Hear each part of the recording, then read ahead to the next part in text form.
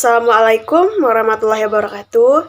Hai semuanya, berjumpa lagi dengan saya Nabila Oktaviani, NIM 19234014, Prodi Perpustakaan dan Ilmu Informasi, Fakultas Bahasa dan Seni, Universitas Negeri Padang. Baiklah, di video kali ini saya akan memaparkan materi tentang preservasi dan konservasi yang diampu oleh dosen Desyureni Esos M.Ikom.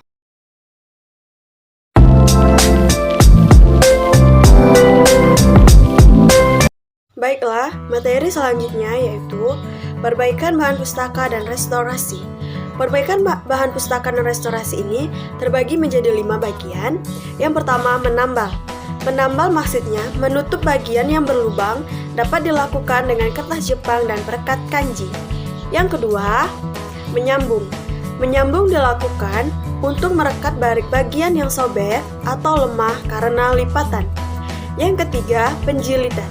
Penjilitan adalah suatu cara untuk menghimpun atau menggabungkan beberapa lembaran kertas menjadi satu, serta dilapisi oleh cover. Yang keempat, penyiangan. Maksud penyiangan yaitu kegiatan pemilihan terhadap koleksi bahan pustaka yang ada di perpustakaan. Yang kelima, stock of name. Stock of name merupakan kegiatan perhitungan kembali koleksi bahan pustaka yang dimiliki oleh perpustakaan. Selanjutnya yaitu pelestarian bahan pustaka dengan sistem penjilitan.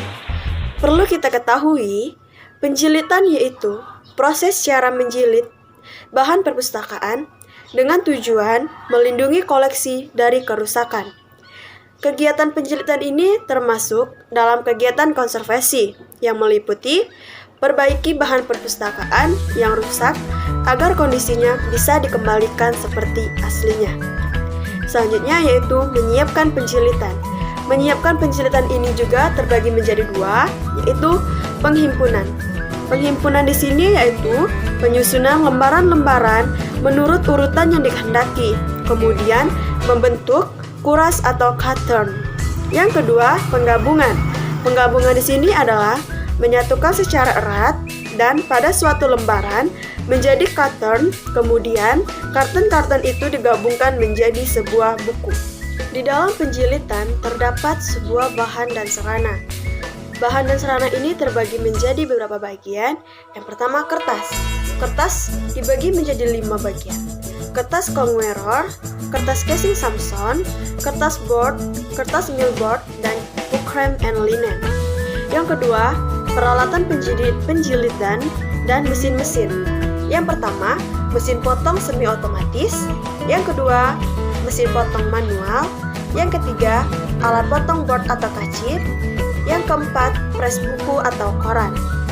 Selanjutnya, peralatan penunjang penjilitan. Peralatan penunjang penjilitan ini juga terbagi menjadi beberapa bagian. Yang pertama, jarum jahit dengan panjang jarum 7-9 cm. Yang kedua, pisau potong. Yang ketiga, tulang pelipat. Yang keempat, gunting. Yang kelima, penggaris besi. Dan yang keenam, kuas. Ketujuh, palu. Kedelapan, gergaji. Ke-9, pelubang. Dan ke-10, lem. Materi selanjutnya yaitu cara menjilid buku. Cara menjilid buku ini terbagi menjadi 4 bagian. Yang pertama, jahit. Jahit ini proses yang sangat sederhana. Pertama, tumpukan halaman dan lipat tulang belakang. Pada tulang belakang menembus 3 lubang dengan jarum jahit. Lubang-lubang harus 1/2 inci dari atas dan 1/2 inci dari bawah dan dekat dengan titik tengah. Yang kedua, yaitu menjilid dengan staples. Cukup lipat halaman di mana tulang belakang akan dan ditumpukan halaman dalam urutan yang benar. Buka halaman dengan menggunakan stapler panjang untuk pokok secara vertikal di sepanjang lubang belakang, berkerut, sehingga pokok pergi ke arah yang sama seperti lipatan untuk melintasi lawan flip. Yang ketiga, menjilid dengan pita. Menjilid dengan pita ini pukul di lubang di sepanjang tulang belakang buku. Biasanya sisi kiri dari halaman ditumpuk. Lubang-lubang harus sekitar 1/2 inci dari tepi dan 1/4 inci dari satu sama lain. Yang keempat yaitu professional binding. Pertama, halaman diatur dalam urutan dan lipatan. Tanda ditempatkan pada halaman di mana mereka akan dijahit. Bersama-sama, lem yang digunakan untuk memperkuat tulang belakang buku. Halaman dipotong untuk ukuran yang tepat. Selanjutnya yaitu pelestarian nilai informasi.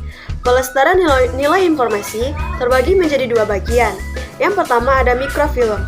Mikrofilm salah satu tujuan paling utama dalam perekaman mikrofilm adalah untuk melestarikan dokumen langka, menjaganya dari kerugian, kehancuran, karena kualitas fisik dokumen yang menurun. Yang kedua, CD-ROM.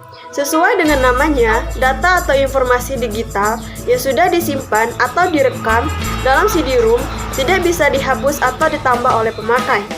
CD-ROM hanya dapat dibaca menggunakan CD-ROM drive ke PC atau ke komputer jenis lain. Untuk menelusuri informasi di dalam CD-ROM, perlu suatu perangkat khusus yang berfungsi untuk memerintah komputer mengakses informasi dalam CD-ROM tersebut. Selanjutnya yaitu prosedur alih media. Pertama, pengertian alih media. Alih media merupakan proses pengelolaan dokumen dari bentuk fisik menjadi bentuk elektronik untuk kemudian dapat dikelola menggunakan teknologi informasi. Alasan mengapa adanya alih media. Informasi adalah sebuah kunci dari aset dan nilai suatu instansi maupun masyarakat pribadi. Maka itu perlu adanya pengelolaan dengan baik dan benar untuk menjamin ketersediaan informasi. Seri selanjutnya yaitu tentang perawatan dan penyiangan bahan pustaka. Perawatan bahan pustaka adalah cara menjaga agar bahan pustaka tidak cepat mengalami kerusakan, awet, dan dapat digunakan lagi lebih lama. Penyiangan. Penyiangan merupakan suatu upaya dalam mengeluarkan koleksi dari susunan rak, karena tidak diminati atau terlalu banyak eksempelnya.